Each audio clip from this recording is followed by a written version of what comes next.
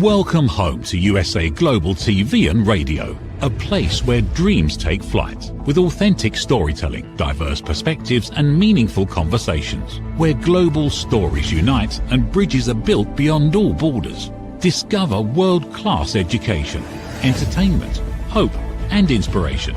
Together, we're building bridges worldwide. Subscribe to our channel, USA Global TV. Download our app, USA Global TV. Be our guest or join our team. Visit usaglobaltv.com. Thanks to our founder and executive producer, Dr. Jacalyn Kerbeck. Music score by Yeffy Tang from Cloud Road Music. Voiceover artist Mike Porter. Creative direction by Paul Garcia. USA Global TV and Radio. Your home for global connection. All rights reserved. This video and its contents are the exclusive property of USA Global TV and Radio. Unauthorized use, duplication or redistribution in any form is strictly prohibited. Hello and welcome. Good morning, good afternoon, good evening. I'm Dr. Jacalyn Kerbeck, and this is another episode of Let's Finally Talk here on USA Global TV and Radio, where we proudly provide world-class education, entertainment, hope, and inspiration. If you haven't done so, please do subscribe to our YouTube channels. We have two of them, USA Global TV and Radio and Dr. Jacalyn Kerbeck. Thank you very much. Okay, so today our episode is building on the last episode. Each one builds on top of each other. So if you've missed any of them, where can you go watch them? Hello, here on our YouTube channels, USA Global TV and Radio and Dr. Jacalyn Kerbeck. Today's topic is you don't have to match the energy in the room. So what are we going to be talking about today? We're going to be talking about when we walk into a room or into a conversation and we feel a certain energy and we feel like we have to match it. And you might have heard this before. You might have heard matching people's body language, right? Someone's like this, so then you're supposed to be like this. We're not talking about that today. We're talking about energy. And sometimes when we're in a different place and our energy is different, we feel like we have to change it so that we fit in. So energy in the context of what I'm talking about today is about conversations and relationships. It's basically that emotional tone and the intensity that we present in that moment. Is it body language? Well, it's a combination of body language, the pace at which we speak, the volume, the facial expressions, and our nervous state. If we're anxious, if we're calm. So this actually has a lot of influence on how we're coming across to someone else. And that's our energy. It's not something that's mystical, that it's out there in the world. It's the emotional climate in a room. And so how can it show up? It can be very calm. You walk into a situation, it's very calm. Or it's highly tense. You know, when someone's sharing something that they're going through and they're highly emotional, you can feel that energy. It can be very open, people sharing very openly, or it can be very defensive and closed off. People don't want to share. It can be framed as curiosity, interested in learning more. Tell me more about that. Or judging. I don't want to hear about that. I'm not interested in that. That doesn't have any value to me. It could also be a sense of urgency. We need to do it right now. We've got to talk about right now. Or it can be very steady. We're getting to that.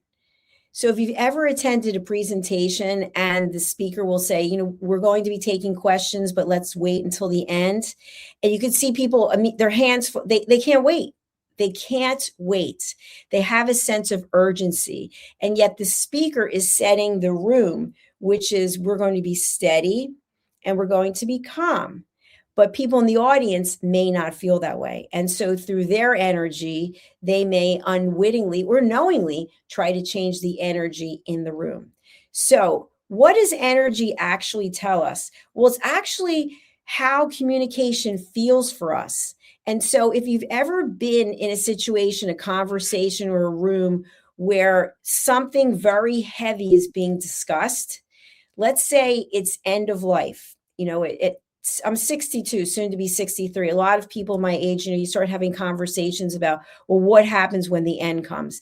And some people are very uncomfortable having these conversations, and other people are more comfortable. But you can feel the energy in the room. And so you can do what I say is reading your audience. So just because someone else is closed off or distant or unwilling to be open and curious, that doesn't mean that you have to be that way. But what happens when you set your boundary and you stay and remain the way that you are, calm, steady, and at peace? The other person can feel very uncomfortable. Sometimes they can even feel challenged. Oh, what do you think, you're better than me? Oh, what do you think, you're dealing with this better than I am? And that's about them. So I want you to be aware of a few things. First of all, be aware of your own energy. How are you showing up? And this is something that I really recommend and I like to share because I do it myself. When you feel like your energy is off, and that's not a judgment, it's not, it's high, it's low, it's just off. It's just not, you're not feeling exactly how you'd like to feel. Maybe make a decision not to engage in that communication at that time. And you can just share it with, I really care about you. I think the conversation's important. At this moment, I'm not feeling the energy that I need to give you everything that you deserve to have from this conversation.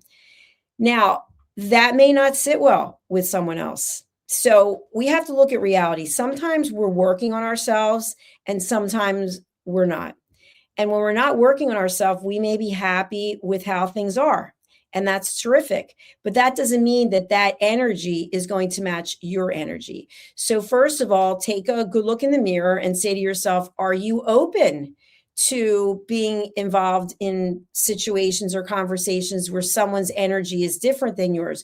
Do you have the skill set to be able to deal with it? And you might say to yourself, I don't understand. What do you mean skill set? What's so hard to understand? Well, think about it. Are you getting along with other people? When someone has a different perspective than you have, are you able to listen to it? Or do you somehow feel triggered? Do you somehow feel that them sharing what they have to share doesn't sit well with you? And if so, you ask yourself why. And I know there's the 5 whys, why. Sometimes we have to go down to 7 and 8 levels and get to the bottom of it. Why is it that we're uncomfortable hearing someone else's perspective? Now, how does that relate to energy? So when someone has a different energy level than you, and I'm going to give 2 examples. I personally have a very high level of energy, but I'm able to contain it. And what do I mean by that? I'm not someone walking around back and forth all day long, walking around, or constantly shaking, restless leg syndrome. And again, no judgment on either of these, but I'm able to channel my energy through my creativity or through my working out. Some people can't do that. So are you comfortable being in a room with someone who has energy where they're walking back and forth? You have to say to yourself, are you able to stay in your own calm state when your energy level is not the same as someone else's? Now, if you were to get up and start walking around back and forth like the other person so that you're matching their energy, does that serve you? Probably not. So at the same perspective, if you were to say to the other person, hey, why don't you just sit down? Why do you keep walking around?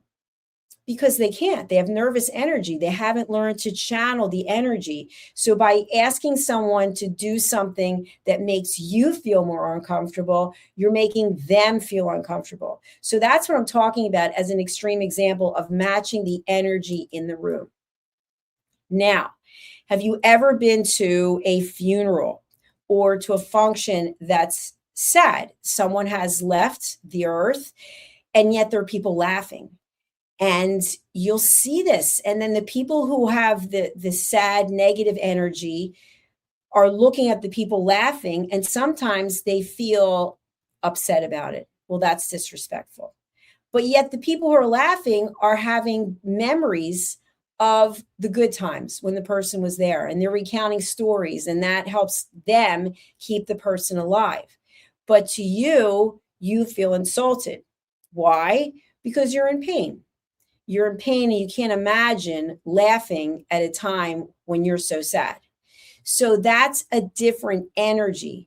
You don't have to match that energy and they don't have to match your energy, but yet being respectful of the fact that those different energies exist. Now, I gave extreme examples again. So let's talk about the day to day. On a day to day basis, if you're in a situation where you're with people whose energy is different than yours, are you able to find a way to coexist?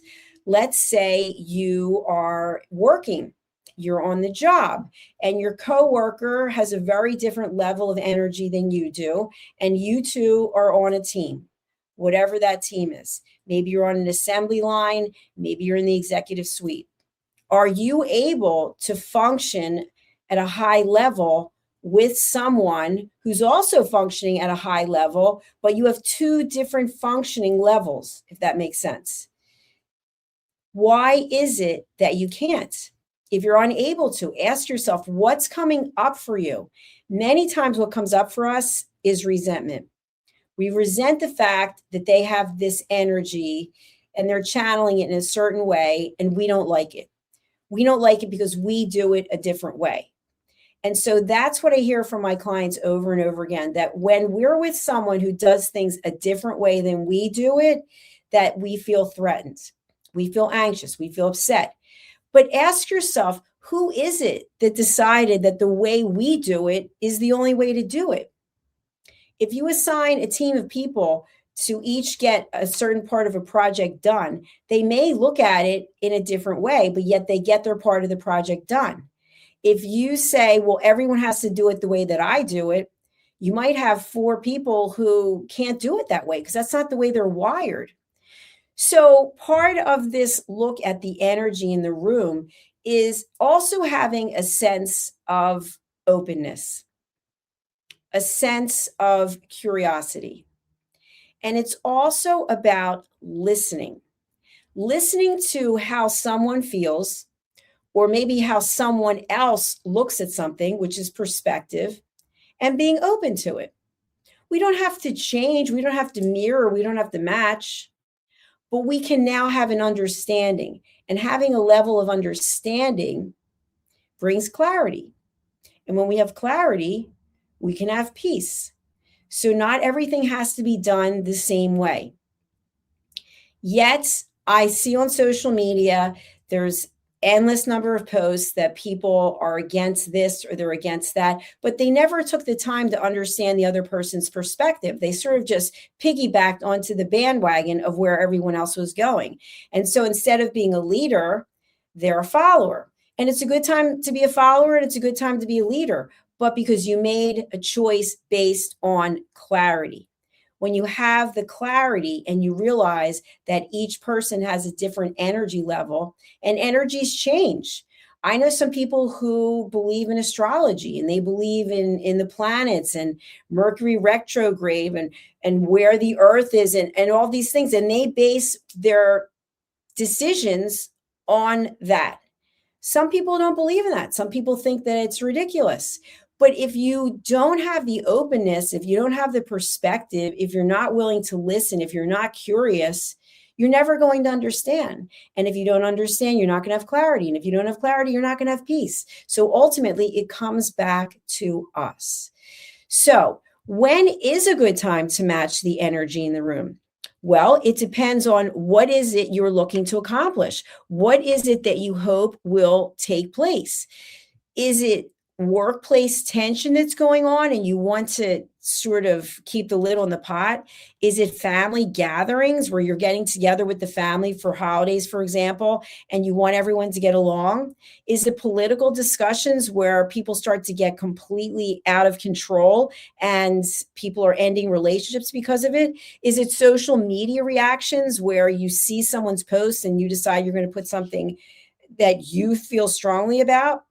Or is it conversations in a group that are driven by gossip or outrage?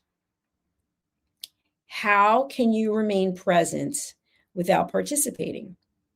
So we've talked about this before in a number of other episodes on Let's Finally Talk. We do not have to share our opinion about every single thing that is voiced. It's exhausting. Where do you find the energy to do it? And after you do it, how do you feel?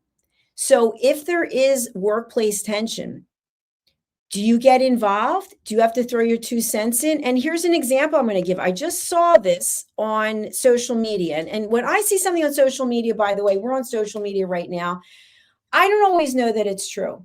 And sometimes I'll get comments from people saying, are you AI? Are you a bot? Which is fair. I'm not a bot. I'm a human being. I'm coming to you live right now. But I saw this on social media that someone had taken a video on an aircraft that there were two people engaged in a fist fight over I don't know what. And then other people decided to jump in, and then people were filming it. So the people filming it were also involved, right? So everyone got involved. So ask yourself this question. Are you the person who's getting involved? Are you the person who's filming? Are you the person who's just sitting back, watching and listening? Now, again, I have no judgment on any of this. What I will say is, between the two people who were having the disagreement, and again, I don't know what the real story was, could one of them have chosen a path that they didn't choose? If someone is upsetting you on an aircraft, for example, someone keeps hitting your seat or their children are crying. There's so many different examples. You have a choice. What typically happens is we start getting anxious. They keep kicking my seat. They keep kicking my seat. I've had this happen myself. What is it that you can do? You can just remain quiet and allow them to kick your seat. Probably not going to last too long. You can turn around and start screaming at them. What the heck is wrong with you? Or other words. Or you can call over the flight attendant and just say quietly, I'm very sorry, but I'm getting a headache. The person behind me keeps kicking my seat, and allow that person to deal with it. So you have options. But what typically will happen, what we see on social media is the person gets out of their seat, turns around to the other person, starts screaming like a lunatic. Then the other person starts screaming at them. And then it builds and it builds and it builds. And then other people start getting involved. And before you know it, what could have been stopped has now become a huge thing. Now people are arrested, the flight's diverted. So what we do and the choices that we make, that is based on our energy and how we can contain our energy or how we can channel our energy. So let's talk about being in a family gathering. If you're in a family gathering and you know there's certain topics that your family members like to discuss and it just really annoys you, you just can't stand hearing about this and hearing about that. Ask yourself, why? Why is it? Because I can't stand it. That's a pretty strong statement. So what is coming up for you? Is it the fact that you're bored by it, that it's not going anywhere, that it's gossip? All of those things are realities. So you have a choice. The choice is you can politely, without giving any condescending comments or judgmental comments, you can politely excuse yourself. I'm going to take a step out of the room now. And then they can say, oh, you don't like the conversation? And you can just say, I'll be back in a little while. Boom. That's it. You're done. Or you can choose a different path and you can try to match their energy and you can join into the conversation and start talking about whatever it is. And then later, see how that resonates with you. See if that actually feels good or if you feel mentally and physically exhausted by it. You have a choice. So in each of these situations, I want you to be aware, first of all, what is your emotional disposition before you come into the conversation or before you come into work or before you go to the family gathering? If your energy feels off, decide what to do. If you still have to go, if it's something that you're responsible for attending, how can you work on changing your energy? What can you manifest for yourself so that you have more peace? So focus on it. Sometimes you might only have a few seconds. Maybe it's some deep breathing exercises. Maybe it's affirmations of gratitude. Maybe the person who really drives you crazy, maybe it's wishing them peace, giving them grace. Look at what you can do first.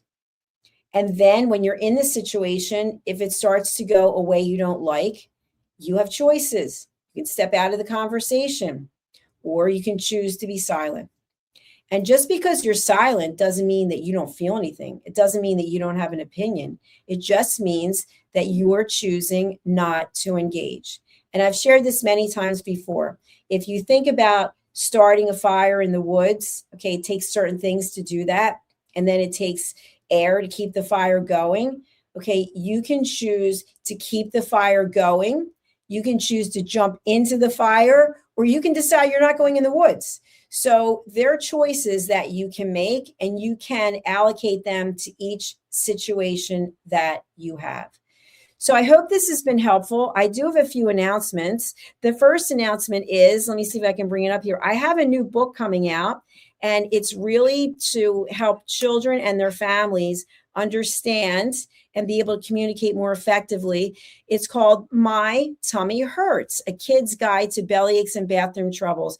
And this book is actually about a little girl named Jackie, and that would be me, talking about my journey of 35 years with ulcerative colitis. So this is a book that I'll be signing at the Take Steps Walk in Philadelphia, Pennsylvania, in the United States of America on May 16th at Citizens Bank Park. But you can buy it now. It's on pre-order as an ebook. So please go ahead and look into that. It will also be coming out in paperback as well as in hardback. And here is my other new book that's coming out. It's called Lady Ella and Lord Jack and the Alley Cats of Greece. So I was recently in Salonita, Greece, and I noticed that there were cats all over the place. I'd never seen anything like it. I hear that it's fairly common in Europe, but I have now put together a book where Lady Ella and Lord Jack, who are the advocates for peace and kindness, they are going to meet with the cats and hear the cats' stories and hopefully give the cats some tips on living a peaceful life. So if you'd like to order that book, you can go over on Amazon as well. You can just look for Dr. Jacalyn Kerbeck. So thank you for watching. Thank you for listening. We'll be back with our next program, and I'll be back with my next episode later this week for Let's Finally Talk. All right, thank you for now, and have a good day. Remember to subscribe to our channels, USA Global TV and Radio and Dr. Jacalyn Kerbeck. Bye for now. In a noisy world, true connection begins with listening. Elevated listening transforms every conversation in just 5 simple steps. Pause and breathe. Set your intention. Listen with curiosity. Reflect back. Agree on one next step. Join the Listening Mentor on Let's Finally Talk with Dr. Jacalyn Kerbeck, the Listening Mentor, where we help you find inner peace, one conversation at a time. Streaming every day. Let's Finally Talk TV show with Dr. Jacalyn Kerbeck, only here on USA Global TV and Radio. Subscribe to our YouTube channels to watch and engage with all our content.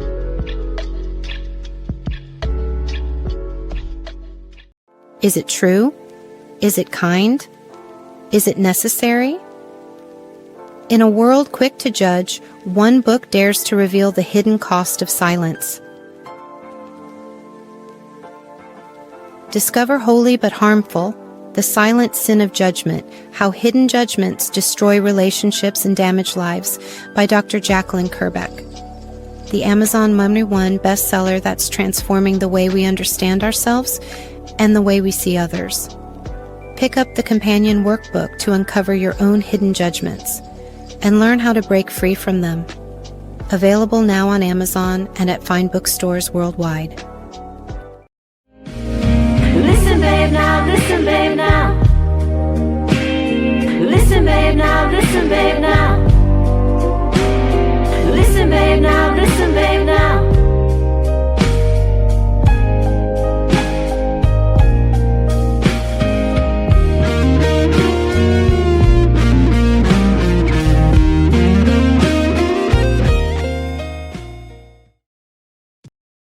Thank you, viewers and listeners of USA Global TV and Radio for joining us today.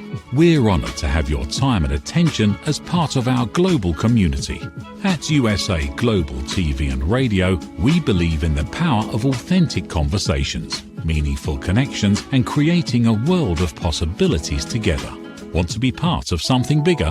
Join our team of elevated listeners at usaglobaltv.com, a space where your voice matters and your ability to listen transforms relationships. Stay connected with us across all our platforms for thought-provoking discussions, expert insights, and empowering stories. Subscribe to our channels at youtube.com/c/USA Global TV. Follow us on social media and explore the endless opportunities we're creating for growth, learning, and inspiration.